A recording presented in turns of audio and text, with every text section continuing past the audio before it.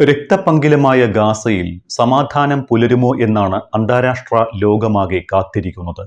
ഗാസയിലെ വെടിനിർത്തലിന് American president Donald Trump മുന്നോട്ടുവെച്ച 20 ദിന സമാധാന പദ്ധതി ഇസ്രായേൽ പൂർണ്ണമായി അംഗീകരിക്കുകയും പലസ്തീൻ വിമോചന പോരാളികളായ ഹമാസ് ഭാഗികമായി അംഗീകരിക്കുകയും ചെയ്തത് ശുഭസൂചകമായിട്ടാണ് അന്തർദേശീയ ലോകം വിലയിരുത്തുന്നത്. എന്നിരുന്നാലും ചില വിഷയങ്ങളിൽ ഹമാസിന് തർക്കമുണ്ട്. ബന്ദികളെ പൂർണ്ണമായും മോചിപ്പിക്കാമെന്ന് സമ്മതിക്കുകയും ഭരണം കൈമാറാമെന്ന് അർദ്ധസമ്മതം മൂളുകയും ചെയ്ത ഹമാസ് പക്ഷേ നിരായുധീകരണം എന്ന ആവശ്യത്തോട് ഇതുവരെ പ്രതികരിച്ചിട്ടില്ല. ആയുധം ഉപേക്ഷിക്കാതെ ഇസ്രായേൽ സേന പൂർണ്ണമായും ഗാസയിൽ നിന്ന് പിന്മാറുമോ എന്ന കാര്യത്തിലും വ്യക്തതയില്ല.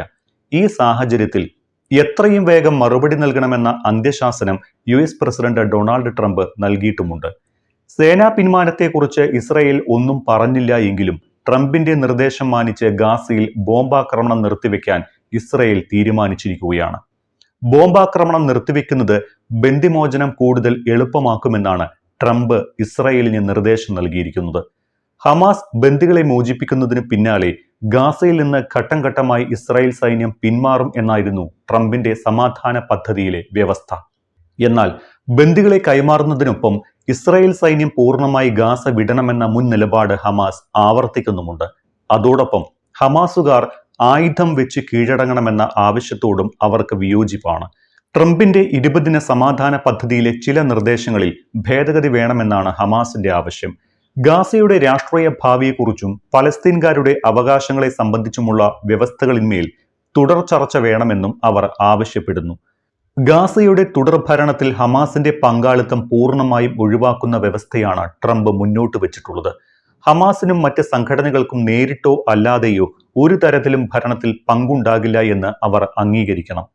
ഗാസയിലെ ദൈനംദിന നടത്തിപ്പിന് സാങ്കേതിക വിദഗ്ധരടങ്ങുന്ന രാഷ്ട്രീയരഹിതമായ ഒരു താൽക്കാലിക പലസ്തീൻ സമിതിയെ ഏർപ്പെടുത്തും. ദി ബോർഡ് ഓഫ് പീസ് എന്ന പേരിൽ ട്രംപ് അധ്യക്ഷനായ ഒരു രാജ്യാന്തര സമിതിയായിരിക്കും ഇതിന് മേൽനോട്ടം വഹിക്കുക തുടങ്ങിയ കാര്യങ്ങളെല്ലാം പദ്ധതിയിൽ വ്യവസ്ഥ ചെയ്യുന്നുണ്ട്. ഇക്കാര്യത്തിൽ ഹമാസിന് അർദ്ധസമ്മതം മാത്രമേയുള്ളൂ. ഭരണം കൈമാറുമെന്ന് സമ്മതിക്കുമ്പോഴും പലസ്തീന്റെ പരമാധികാരം നിലനിർത്തിയുള്ള ഭരണക്രമമാണ് ഹമാസ് മുന്നോട്ട് വയ്ക്കുന്നത്. ഗാസയിൽ ഭാവിയിലും പങ്കാളിത്തം ഉണ്ടാകണമെന്നും ഹമാസ് ആഗ്രഹിക്കുന്നു. ഘട്ടം ഘട്ടമായുള്ള ഇസ്രായേൽ സൈനിക പിന്മാറ്റത്തിന് പകരം സമ്പൂർണ്ണ സൈനിക പിന്മാറ്റമാണ് ഹമാസ് ആവശ്യപ്പെടുന്നത്. ട്രംപ് നിർദ്ദേശിച്ച രാഷ്ട്രീയ ചായ്വ് ഇല്ലാത്ത ഇടക്കാല സർക്കാരിലും ഹമാസിന് താൽപ്പര്യമോ വിശ്വാസമോ ഇല്ല. പകരം പലസ്തീൻകാരുടെ ദേശീയ താൽപ്പര്യത്തിനും അറബ് ഇസ്ലാമിക രാജ്യങ്ങളുടെ പിന്തുണയ്ക്കും അനുസൃതമായ ഇടക്കാല സർക്കാരിന് ഭരണം കൈമാറണമെന്നാണ് ഹമാസിന്റെ നിർദ്ദേശം. ട്രംപ് അധ്യക്ഷനായ അന്താരാഷ്ട്ര സമിതി ഭരണത്തിന് മേൽനോട്ടം വഹിക്കുന്നത് ബാഹ്യ സമ്മർദ്ദത്തിനും നിയന്ത്രണങ്ങൾക്കും വഴിവെക്കുമെന്ന് ഹമാസ് വിലയിരുത്തുന്നു.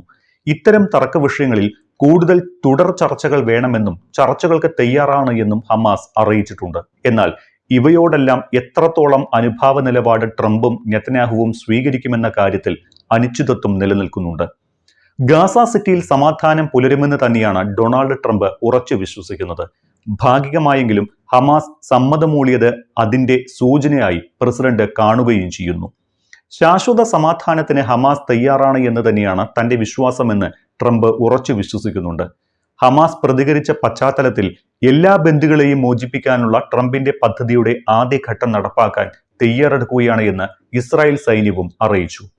ട്രംപിന്റെ കാഴ്ചപ്പാടുമായി യോജിക്കുന്നതും ഇസ്രായേലിന്റെ യുദ്ധലക്ഷ്യം പൂർത്തിയാക്കുന്നതിന് പിന്തുണയ്ക്കുന്നതുമായ രീതിയിൽ യുദ്ധം അവസാനിപ്പിക്കുന്നതിന് പൂർണ്ണ സഹകരണം തുടരുമെന്ന് ഇസ്രായേൽ പ്രധാനമന്ത്രി ബെഞ്ചമിൻ നെതന്യാഹു വ്യക്തമാക്കി.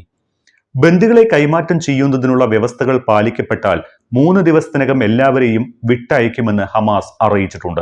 സമാനമായി ഇസ്രായേലിന്റെ തടവിലുള്ള മുഴുവൻ പലസ്തീൻ ബന്ദികളെയും തടവുകാരെയും വിട്ടയക്കണമെന്ന് ഹമാസും ആവശ്യപ്പെടുന്നു. 2023 ഒക്ടോബർ 7 ഇസ്രായേലിൽ ആക്രമണം നടത്തി 251 പേരെയാണ് ഹമാസ് ബന്ദികളാക്കിയത്. 1200 പേർ കൊല്ലപ്പെട്ട ഈ ആക്രമണമാണ് ഗാസയിൽ യുദ്ധം തുടങ്ങാൻ കാരണമായതും. 251 ബന്ദികളിൽ 48 പേരാണ് ഇനി ശേഷിക്കുന്നത്. ഇതിൽ തന്നെ 20 പേർ മാത്രമേ ജീവനോടെ ഉള്ളൂവെന്നാണ് നിഗമനം. ഇതുകൂടാതെ 2014 2025 ഗാസയിൽ കടന്നതിന്റെ പേരിൽ തടവിലാക്കപ്പെട്ട 2 ഇസ്രായേലുകാരെയും 2014 യുദ്ധത്തിൽ കൊല്ലപ്പെട്ട 2 ഇസ്രായേൽ പട്ടാളക്കാരുടെ മൃതദേഹാവശിഷ്ടങ്ങളും ഹമാസ് വിട്ടു നൽകണം. യുദ്ധം തുടങ്ങിയതിനു ശേഷം 2023 നവംബറിലും 2025 ജനുവരിയിലുമുണ്ടായ താൽക്കാലിക വെടിനിർത്തൽ ഇടവേളയ്ക്കിടെ 140 പേരെ ഹമാസ് വിട്ടയച്ചിരുന്നു. 8 മൃതദേഹങ്ങളും കൈമാറി. അതേസമയം ബന്ദിമോചനം സാധ്യമായാൽ 250 ജീവപര്യന്തം തടവുകാരെയും 2023 ഒക്ടോബർ 7 ശേഷം തടവിലാക്കിയ സ്ത്രീകളും കുട്ടികളും ഉൾപ്പെടെ 1700 ഗാസക്കാരെയും ഇസ്രയേലും വിട്ടയക്കണമെന്നാണ് നിർദ്ദേശം. ഒരു ബന്ദിയുടെ മൃതദേഹാവശിഷ്ടത്തിന് പകരം 15 എന്ന കണക്കിൽ ഗാസക്കാരുടെ മൃതദേഹാവശിഷ്ടങ്ങളും വിട്ടു നൽകണമെന്നാണ് ട്രംപിന്റെ പദ്ധതിയിലുള്ളത്. അതേസമയം ഇസ്രയേലുമായുള്ള സമാധാന കരാറിൽ വേഗത്തിൽ തീരുമാനമെടുക്കണമെന്ന് ട്രംപ് അന്ത്യശാസനം നൽകിയിരിക്കുകയാണ് ഇപ്പോൾ.